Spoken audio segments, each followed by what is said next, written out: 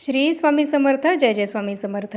नमस्कार. तुम्हा सर्वांचं पुन्हा एकदा आपल्या या चॅनलवर मी अगदी मनापासून स्वागत करते. आता 15 ऑक्टोबरपासून शारदीय नवरात्र हे सुरू होणार आहे. चातुर्मासामध्ये विशेष महत्त्व असलेल्या शारदीय नवरोत्सवामध्ये देवीच्या 9 रूपांचे आपण पूजन करत असतो आणि आपल्या देशभरातील भाविक या 9 दिवसामध्ये आपापल्या पद्धतीने देवीचे पूजन करतात.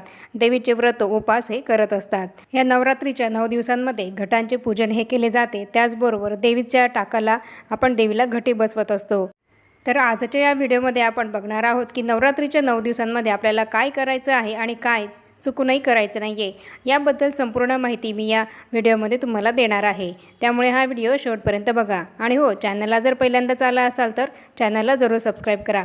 या नवरात्रीच्या 9 दिवसांमध्ये आपण मातेची, दुर्गा मातेची, आई भगवतीची पूजा करत असतो आणि जर आपल्याकडनं काही चुका या कळत न कळत घडल्या तर आपल्यावर देवी दुर्गेची नाराजी होऊ शकते, तिची अवकृपा आपल्यावर होऊ शकते. त्यामुळे आपल्याला या नवरात्रीमध्ये कोणत्या गोष्टी करायच्या आहेत आणि कोणत्या गोष्टी या करायच्या नाही आहेत, याबद्दल आता आपण माहिती बघूया. 15 ऑक्टोबरला घटस्थापनेच्या वेळेस आपण जेव्हा घटस्थापना करू तेव्हा आपण जे पाट किंवा चौरंग घटस्थापनेसाठी घेणार आहेत, मातीच्या पूजेसाठी घेणार आहे, त्या पाटावर आपल्याला सर्वात आधी लाल रंगाचेच वस्त्र हे टाकायचे आहे. मातेला लाल रंग हा अतिशय प्रिय आहे, त्यामुळे लाल रंगाच्या वस्त्राचाच तुम्ही पूजेसाठी वापर करा.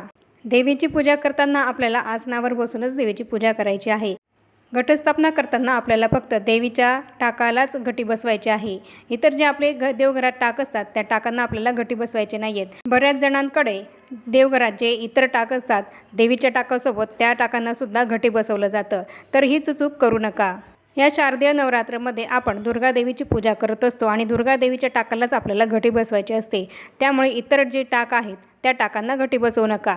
त्याचप्रमाणे बऱ्याच जणांकडे फक्त घटस्थापनेच्या दिवशी आपल्या देवघरात जे काही देव असतात त्यांची पूजाही होत असते आणि इतर 9 दिवसांमध्ये त्या देवांना स्नान घातले जात नाही, त्यांची आंघोळ केली जात नाही, तसंच त्यांची देवपूजाही सुद्धा केली जात नाही. तर तसंसुद्धा करू नका. या नवरात्रीमध्ये फक्त आपल्याला देवीच्या टाकालाच घटी बसवायचं असतं आणि त्यामुळेच आपल्याला इतर देवांची पूजा ही अगदी रोज या नवरात्रीच्या 9 दिवसांमध्ये करायची आहे. असं करू नका की नवरात्रीमध्ये देवी घटी बसली आहे म्हणून आपण आपल्या देवघरातल्या देवांची पूजाही करायची नाही आहे, तर ते अतिशय चुकीचं आहे. नवरात्रीत आपल्या देवघरातल्या देवांची पूजा ही अगदी रोज झालीच पाहिजे. या नवरात्रीच्या 9 दिवसांमध्ये आपल्याला चुकूनही काळ्या रंगाचे कपडे घालून देवीची पूजा करायची नाही आहे. देवी मातेला स्वच्छता ही अतिशय प्रिय आहे, त्यामुळे आपण नवरात्रीच्या आधीच आपल्या घराची सगळी साफसफाई करत असतो. तसंच नवरात्रीच्या 9 दिवसांमध्ये सुद्धा आपल्याला आपल्या घराच्या स्वच्छतेची काळजी घ्यायची आहे. त्याचबरोबर मासिक धर्माचे जे काही नियम आहेत ते सुद्धा आपल्याला या नवरात्रीमध्ये पाळायचे आहेत. देवी मातेला जशी स्वच्छता प्रिय आहे त्याच प्रमाणे तिला शांततासुद्धा प्रिय आहे. आपल्या घरामध्ये या 9 दिवसात कोणत्याही प्रकारचे वाद मतभेद होणार नाही याची आपल्याला काळजी घ्यायची आहे. आपल्या घरातले वातावरण हे अतिशय शांत असे ठेवायचे आहे. आपल्या घरात या 9 दिवसांमध्ये कुठलाही कलह होणार नाही याची आपल्याला काळजी घ्यायची आहे. नवरात्रीच्या 9 दिवसांमध्ये आपण आपल्या घरामध्ये अखंड दिवा हा तेवत ठेवत असतो. त्याचप्रमाणे देवी मातेची आपण घटस्थापनाही करत असतो. त्यामुळे या नवरात्रीच्या 9 दिवसांमध्ये आपल्याला आपल्या घरामध्ये मांसाहार हा करायचा नाही आहे. कुठल्याही प्रकारचं व्यसन आपल्याला या 9 दिवसांमध्ये करायचं नाही आहे.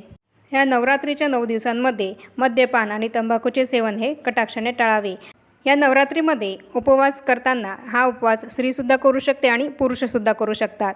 तर या नवरात्रीमध्ये आपल्याला स्त्रियांना नखं आणि केस हे कापायचे नाही आहेत. त्याचबरोबर जे पुरुष उपवास करत असतील तर त्यांनी दाढी, मिशा आणि केस हे कापायचे नाही आहेत.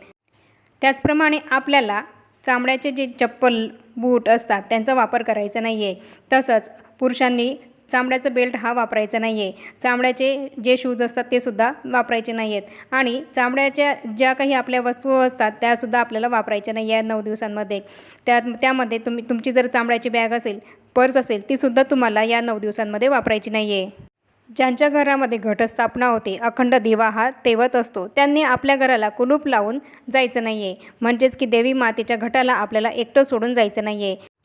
पण समजा जॉबमुळे किंवा काही अन्य कारणास्तव तुम्हाला हे करायला जमत नसेल तर तुम्ही निदान संध्याकाळी तरी तुमचे घराचे दार हे उघडे राहील याची काळजी घेतली पाहिजे. नवरात्रीच्या 9 दिवसांमध्ये ब्रह्मचर्याचे आपल्याला कटाक्षाने पालन करायचे आहे. नवरात्रीचा उपवास ज्यांना झेपत असेल त्यांनी नक्कीच करा, पण ज्यांना तब्येतीमुळे काही जमत नसेल तर त्यांनी हा नवरात्रीचा उपवास नाही केला तरी चालेल. पण अशा वेळेस ज्यांना उपवास करणं शक्य नाही त्यांनी निदान या नवरात्रीच्या 9 दिवसांमध्ये दुर्गा सप्तशतीचे पाठ करावे, दुर्गा चालीसाचे पठण करावे. त्याचबरोबर देवीचा ओम ऐं ह्रीं क्लीं चामुंडाय विच्चै या नवार्ण मंत्राचा जितका शक्य होईल तितका जप हा जरूर करा. या नवरात्रीच्या 9 दिवसाच्या उपवासांमध्ये तुम्ही उपवासाचे साबुदाणे खाऊ शकतात, भगर खाऊ शकतात, त्याचबरोबर फलाहारसुद्धा करू शकतात. पण एक लक्षात ठेवा, जेव्हा तुम्ही हा फलाहार करत असाल, उपवासाचे पदार्थ खात असाल, तेव्हा ते तुम्हाला एकाच जागी बसून खायचे आहे. या नवरात्रीच्या 9 दिवसांमध्ये कांदा लसूण खाणं हे निषिद्ध मानलं गेलं आहे. पण जर तुम्हाला जितकं शक्य होईल तितकं तुम्ही पाळण्याचा प्रयत्न करा. पण जर शक्य नाही झालं तर निदान देवीला तुम्ही जो काही नैवेद्य दाखवाल त्यामध्ये कांदा लसूण विरहित पदार्थांचंच नैवेद्य तुम्ही देवीला दाखवा. शास्त्रानुसार असं सुद्धा सांगितलं जातं की उपवास करणाऱ्यांनी, व्रत ठेवणाऱ्यांनी या 9 दिवसांमध्ये लिंबूसुद्धा कापला नाही पाहिजे. या 9 दिवसामध्ये जो कोणी पाहुणा आपल्या घरी येईल किंवा जी व्यक्ती आपल्या दारात येईल त्या व्यक्तीला आपल्याला जेवल्याशिवाय तसंच काही खायला दिल्याशिवाय जाऊ द्यायचं नाही आहे. कुठलीही स्त्री असो किंवा कुठलीही कन्या असो किंवा कुठलाही पुरुष असो, जर आपल्या घरी आपल्या दारात आले तर आपल्याला त्यांना निदान साखर तरी त्यांच्या हातावर द्यायची आहे. त्याचप्रमाणे आपल्या दारात जर एखादा पशु पक्षी जर आला तर त्यालासुद्धा आपल्याला थोडंसं खायलाही द्यायचं आहे. या नवरात्रीच्या 9 दिवसांमध्ये आपल्याला महिलांचा कुठलाही प्रकारचा अनादर करायचा नाही आहे, महिलांसोबत गैरवर्तन करायचं नाही आहे. तसं तर नेहमीच प्रत्येक स्त्रीचा, प्रत्येक कन्येचा हा आदर केलाच पाहिजे. पण या नवरात्रीच्या 9 दिवसांमध्ये सुद्धा आपल्याला हा नियम पाळायचा आहे की प्रत्येक स्त्रीचा आणि प्रत्येक कन्येचा आपल्याला आदर करायचा आहे. या नवरात्रीच्या 9 दिवसांमध्ये आपल्याला खोटे बोलायचे नाही आहे. नवरात्रीच्या पूजनामध्ये सात्विकता आणि पावित्र्य हे राखलं गेलं पाहिजे. त्याचबरोबर आपल्याला निर्मळ मनाने, प्रामाणिकपणे आणि मनोभावे तसंच श्रद्धेने या 9 दिवसांमध्ये देवीची पूजाही करायची आहे. या नवरात्रीच्या 9 दिवसांमध्ये कन्यापूजनालासुद्धा अत्यंत महत्त्व आहे. म्हणून निदान एका तरी कन्येचे पूजन आपण या नवरात्रीमध्ये जरूर करावे. आता बऱ्याच जणांचा असा सुद्धा प्रश्न असतो की या 9 दिवसांमध्ये आम्हाला आमच्या कुलदेवीला जायचं आहे, तर ते जायचं की नाही?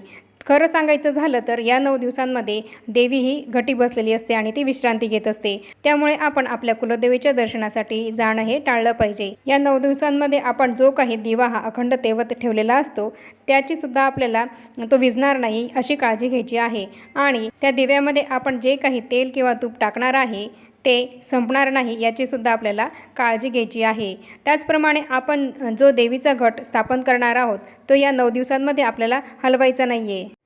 तर याप्रमाणे आज मी तुम्हाला या व्हिडिओमध्ये आपल्याला या नवरात्रीमध्ये काय करायचं आहे आणि काय नाही करायचं याबद्दल माहिती दिली आहे. अजूनही जर काही माहिती माझ्याकडनं चुकून सांगायची राहिली असेल तर त्यावरसुद्धा मी तुम्हाला नवीन एक व्हिडिओ बनवून नक्कीच टाकेल. आणि आता या छोट्याशा माहितीसोबत आपण आपला आजचा हा व्हिडिओ इथेच थांबूया आणि भेटूया पुन्हा अशाच नवीन एका माहितीपूर्ण आणि महत्त्वपूर्ण व्हिडिओसोबत. चॅनलला जर सबस्क्राईब केले नसेल तर चॅनलला जरूर सबस्क्राईब करा आणि त्याचबरोबर बेल आयकॉन बटन हे सुद्धा प्रेस करायला विसरू नका, जेणेकरून नवरात्रीचे जे काही महत्त्वपूर्ण व्हिडिओ असतील त्याचे नोटिफिकेशन तुम्हाला सर्वात आधी मिळेल. मी दिलेली ही व्हिडिओतली माहिती आवडली असेल तर या व्हिडिओला लाईक आणि शेअर करायला विसरू नका आणि भेटूया पुन्हा अशाच नवीन एका व्हिडिओसोबत. तोपर्यंत सर्वांना श्री स्वामी समर्थ.